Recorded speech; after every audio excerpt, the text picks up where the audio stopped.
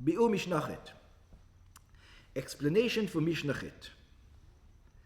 אין בין ספרים. There is no difference between books. What do you mean books? Torah, Nevi'im, Uktuvim. Whether it is books of Torah, books of the prophets, or books of the writings. 24 books. We have to remember, when we're talking about books, we're not talking about these things. Yeah? We're talking about ink on parchment. Like the Sefer Torah, like the Megillah, like the Tefillin. That's what we're talking about. That's were the books that were done at that time. They didn't have written books. And they have a certain holiness. So it says there's no difference in the holiness. לתפילין ומזוזות, to tefillin or mezuzot. לפרשיות של התפילים והמזוזות. To the portions of tefillin and mezuzos. So in other words, they both hold the same holiness. Don't think that one is holier than the other. Ela, but there is going to be a difference. So they're almost the same, except where? Shasfarim, when it comes to the books, in other words, to, let's say, Sefer Yoshua, the book of Joshua, was written on a parchment there, yeah, or even in Sefer Dvarim, you can say, the Torah itself. Nichtavim bechol lashon. So the books can be written, are allowed to be written in any language. Afilu bechtav ubelashon של אומה אחרת. And when we say any language, it means any language. You can do it in, you can write it in English, you can write it in Spanish, you can write it in Latin, you can write it in whatever you want. Well, how? You don't have the software to do it. The software didn't speak Hebrew. Software spoke Aramaic at the time. So Yeah, it speak. we write in Hebrew. You have to learn how to do it in English, for example. So he lives in Spain. He lives in Spain. You write in Spanish. Okay. Yeah, he lived in Egypt. You write in Arabic. Yeah, very simple. So you're allowed to write it in any other language. By the way, I don't want to get into it. There's a whole discussion. When we say another language, what do we mean? Do we mean transliterate in another language? In other words, you write Hebrew letters, but you write the other language, or you write the language of the other. We're not going to go into that right now. ותפילין ומזוזות, בתפילין המזוזos, אינם נכתבות אלא אשורית. They have to be written in אשורית. אשורית is the way the Sefer Torah is written. It's not even Hebrew. It's written, the letters have a little bit of a different shape. It has to be in that specific shape. בכתב הקודש, and that's what he says over here. You see, two things. It has to be in the letters of Hebrew and uvelashon HaKodesh, and in the language of Hebrew, because there's a debate if you need both or you need just one. Shene'emar, how do we know this? Vehayu hadvarim ha'ele, it says, and it was these things, behavayatam yiyu, they have to be the way they are.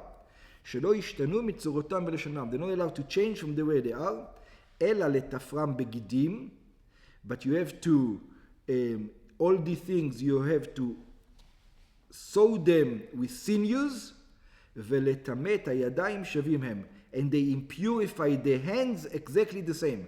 So Sefer Torah, Tefillin and Mezuzos makes a person impure. We're going to discuss later on when we're going to discuss purity and impurity, why would the Sefer Torah make somebody impure? Rabban Shimon ben Gamliel Omer, Rabban Shimon ben Gamliel says, Af besfarim lo itiru shichtvi. He disagrees.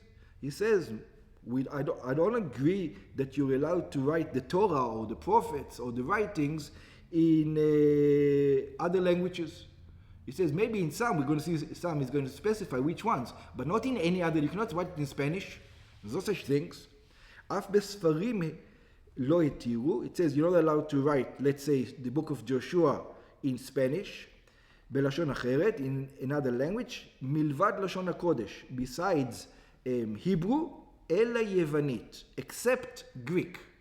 In Greek, you're allowed to write any of the writings. בכתב יווני ובלשון יוונית. It means both, and he says in both, not just the zeu. The letters, the Greek letters you're allowed, and the Greek language you're allowed. both. It says the Greek language and the Greek letters. הטעם מבואר בגמרא. The reason why is it so? It says in the Gemara, שנאמר, because it says, יפת אלוקים ליפת. It says the beauty of God goes to Yefet. Yefet is Greece. Vayishkon be'ohalei Shem. And he's going to dwell in the tents of learning Torah of Shem. And just practically, what's the difference between Greek and every other language? It is a practical difference. The Greek language is based on root words, just like Hebrew. And they have prefix and suffix, just like the Hebrew. So the translation, the only correct translation, you cannot translate it into any other language. Because any other language you're going to lose from the translation too much. For the Greek, you don't lose too much. Yeah, it's almost as good as Aramaic. I don't want to say it's as good. Some say it's as good as Aramaic because you have the root word and you have me'elokecha, right? It's a word from your God. So the mem is from. So the Greek has a mem. So they will put the mem before the God.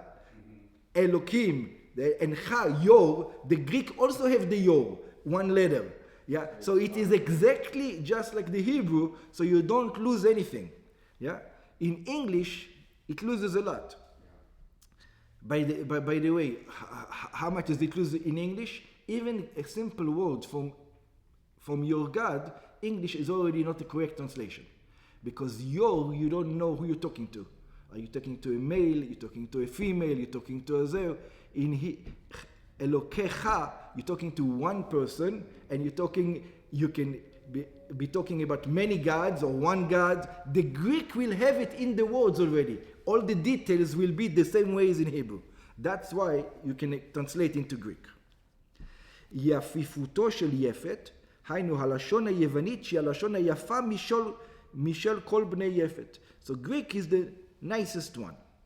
ישכון באוהלי שם, he's going to dwell in the tents of Shem. בגמרא אמרו, הלכה כרבן שמעון גמליאל. It says, and that's the halacha.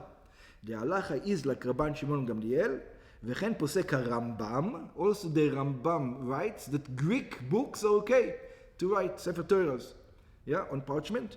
הרמב"ם כותב, but the Rambam says, excuse me, don't jump to conclusion. Even at the time of the Rambam, that was like 600 years ago already, שכבר נשתבשה לשון היוונית ועבדה. It says the original Greek is already gone. What they spoke in the Rambam's time was already not original Greek. They took from other languages. So therefore, if you translate today to Greek, it's not a good translation. But at the beginning, when the original Greek language, then it would have been okay. ולפיכך אין כותבים היום אפילו ספרים אלו אשורית. And therefore, even today, we don't write anything אשורית. We only write Hebrew, and we only write in Hebrew and in this particular style that we see.